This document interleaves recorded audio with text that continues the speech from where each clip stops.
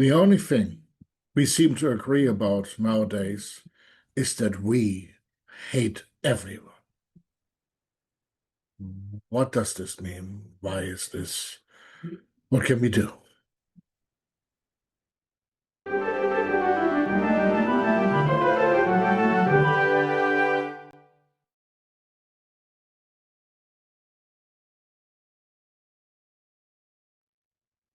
If you've been around this planet for a little while, you may have noticed that we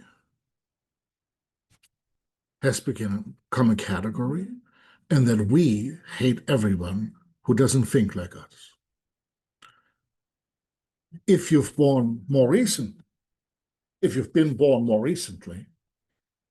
to you this is maybe normal because you've seen this all your life. And for that, I'm truly sorry. It's not always been like this. I mean, it has been around, but it's gotten worse. So who is this we? Maybe that's the first part of this question. Well, there's a neutral we as human beings, and we as human beings, or we as life forms, are tribal. Life forms oftentimes congregate with each other because there's strength in numbers, there's cooperation that enhances our lives, and without others, we oftentimes can't live. Well, we can literally not live without others because of reproductive needs. But also it's better to be in a group with others oftentimes because it's safer. We can build off each other. We can help each other. And so that's what it is. We seem to also prefer to be amongst those who we are related to. And that, of course,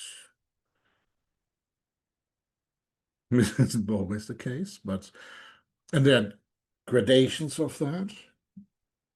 So parents feel closer to their children, grandchildren, and brothers and sisters, but eventually it thins out. Especially when you're in groups where everybody's kind of related.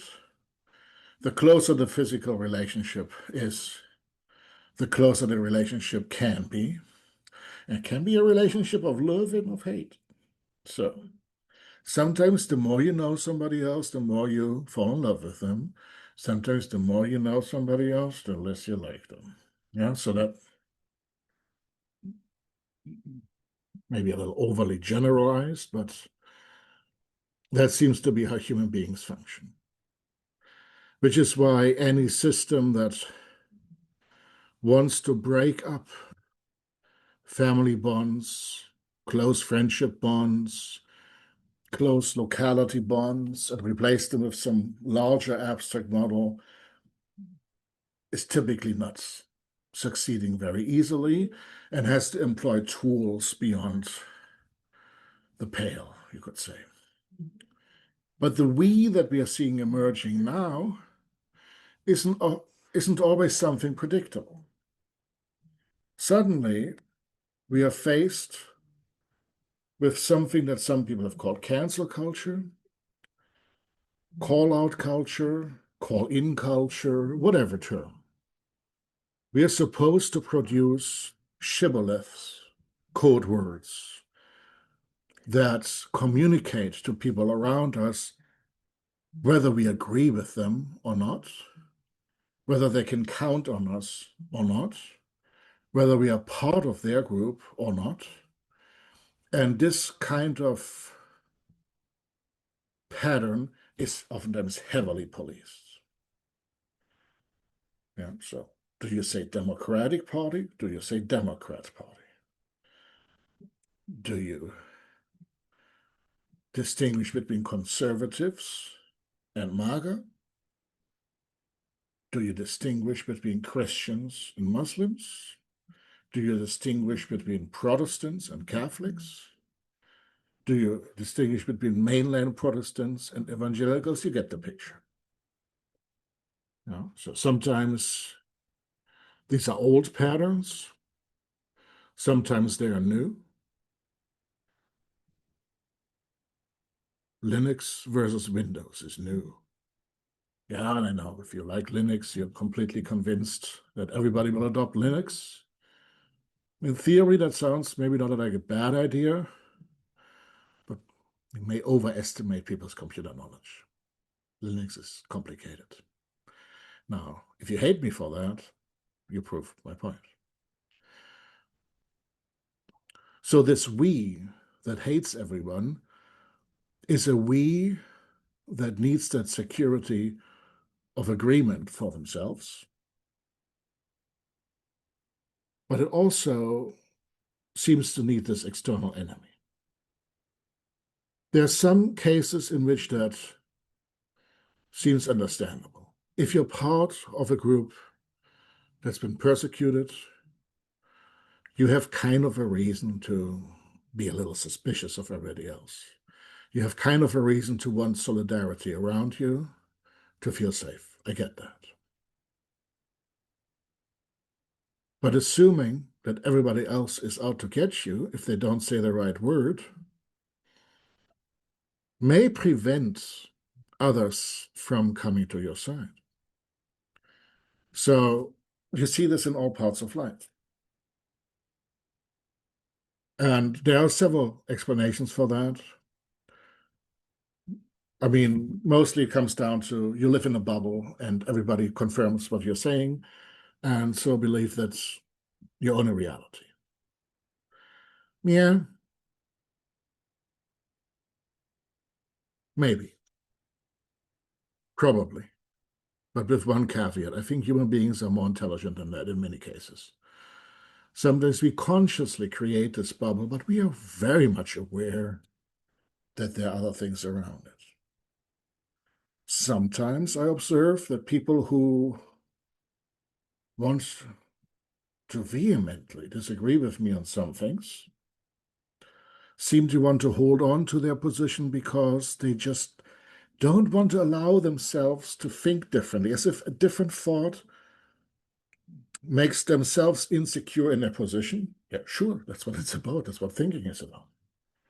Or that they soil their humanity, or that they somehow compromise their ethics just by allowing a thought that they don't approve of. And that's not a phenomenon on any particular political side, but I seem to observe this a lot. So we are filled with the idea now that politics is about vitriol, it's about hate, it's about vehement disagreement. And if you dare to seek compromise, you compromise yourself. The first person I heard talking about it like that actually was John Boehner. And he, I believe, said that literally, I don't want to compromise my values. But compromise is necessary. Compromise is why we can function as a group.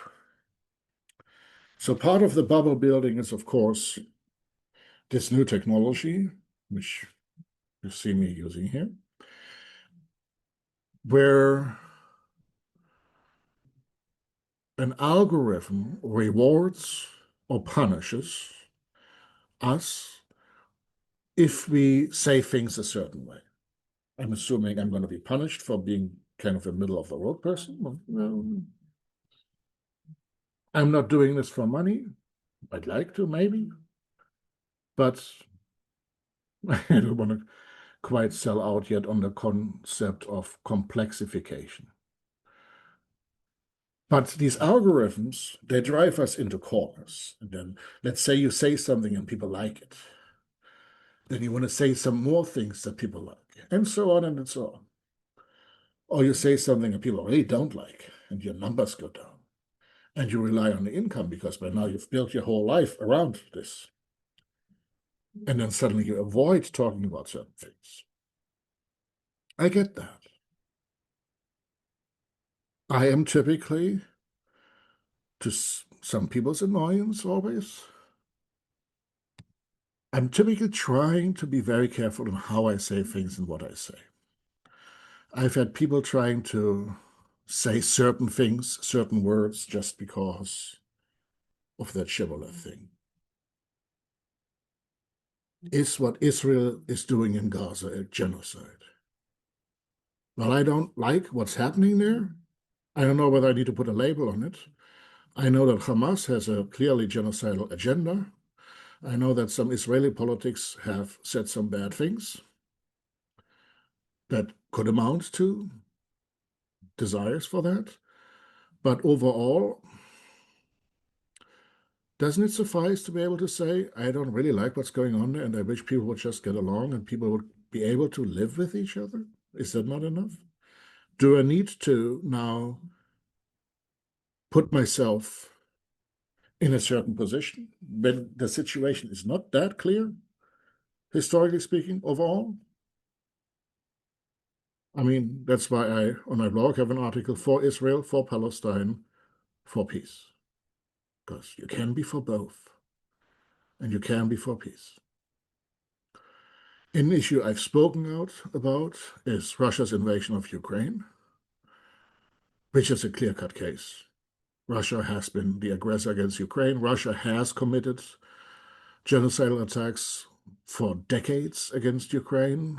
There was the Holodomor. There's a clear pattern. There's a clear trajectory. And yet, my criticism goes against the Russian government. It does not go against all of Russia. It does not go against the Russian people unless they have been actively, willfully, without any fear or punishment, been supporting that war. So, no, I can't hate. I can't hate. Of course, I'm human. Of course, I can hate. I don't want to. And I put myself in a position where I deliberately aim to not be hateful. Do I hate Vladimir Putin? I hate what he does, but he is a fellow human being. Do I want something bad to happen to him? I want him to stop this war. Of course, I have feelings of vengeance, of destructiveness, but as a human being, I have to work against these impulses. No, I can't allow myself to go over, in Star Trek terms, to the dark side. Now, we have to work against that. We have to work within each of ourselves to aim for love and for compassion and for understanding, even and especially towards those we don't like, towards those who are a problem, because it's easy to love the people who are lovable. It's not easy to love the people who are not lovable. And that's what all of human ethics and morality have moved towards, or tried to. It's always about working against our darker impulses. So this tendency, if we disagree with each other, to hate each other. If we disagree with each other on one thing, to dismiss everything. That's not good. You know it's not good. And it's banal for me to say so, but it seems to need to be said. It seems to need to be said. It seems that we need to think about this more and more, because we are increasingly living in an algorithmic world where even whatever we call AI, these large language models, may be affirming these tendencies in us because they learn from us. AI, or large language models rather, are trained on how we think. They analyze ourselves. They learn from us and they reflect each other. It's like that scene in Spaceballs where they figure out there's a recording of everything that happened. And then they say, oh, let's predict the future. But they can't because it hasn't happened yet. And so they all only stare at a picture of themselves. This is what AI is at this point. It's a reflection of ourselves. And we can't expect that reflection to necessarily have the same values as us, because apparently we don't agree with our values either. So what do we do? Do I agree with everything people say? Of course not. And I'm a very talkative person. My impulse is always to say something. Well, it's not always helpful. Yeah, so we need to sometimes know when to say something, sometimes not. I meet people that I disagree with all the time. It's not comfortable, but it explains something about humanity. And ideally, we learn something. So when I hear something I don't quite understand or comprehend, can I reject it? Sure, but I'm not learning anything, and I'm not giving myself a possibility for growth. I'm not giving the other person a possibility of growth, and I'm certainly not engaging with them respectfully and lovingly. Can I dismiss them as crazy? Everybody that voted for the person I would never have voted for are crazy, no? Are they? Or maybe they have other priorities. Maybe they see the world differently because maybe it is. Maybe I live in my bubble. Maybe I'm not seeing everything I need to be seeing. Maybe we don't live in an either-or world. Maybe we live in a world where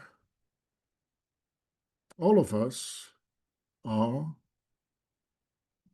having to make decisions based on our own situations. And maybe we don't always have the capacity or the luxury to take everybody else into account. Maybe also some people know more than we do. Maybe their principles are much closer to ours. However, some special case is dividing us.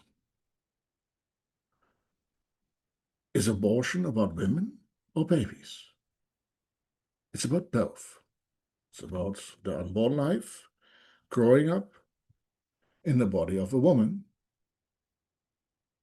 I think it's smart for me too, as a man, not to say too much about that, because I'm not a woman. I cannot have children. I'm a biological male. So I don't want to play into a tradition of biological men telling biological women what to do.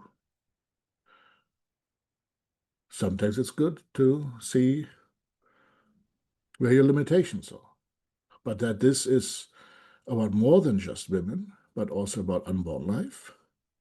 Maybe it's also about the fathers. Maybe it's also about society. Maybe there's a complexity of factors that lead to that tragedy that an abortion constitutes. And you see from my awkwardness talking about this, but also by alluding to all these other factors, that this is a very complex topic that cannot be reduced to either side, but it's something that we have to come together. But it is these very complex topics that should tell us to have humility, to listen, and to find solutions beyond mere ideology, propaganda, or whatever you want to call it. We don't live in an either-or world. We live in a world of complexities. If I have a government and I don't like the government, they sometimes do the right thing. Sometimes they do the wrong thing. But if it's my government, I have to do what I can to understand and criticize and or support wherever needed. But I can't operate with vitriol. I can't operate with hatred. I have to operate with trying to increase my understanding, communicate that, communicate openness, live openness, and this way maybe contribute to a little bit less hatred in the world. That certainly is my hope here. Thank you very much. This is Dr. Philip Kneis. This is Erratic Attempts, and see you soon.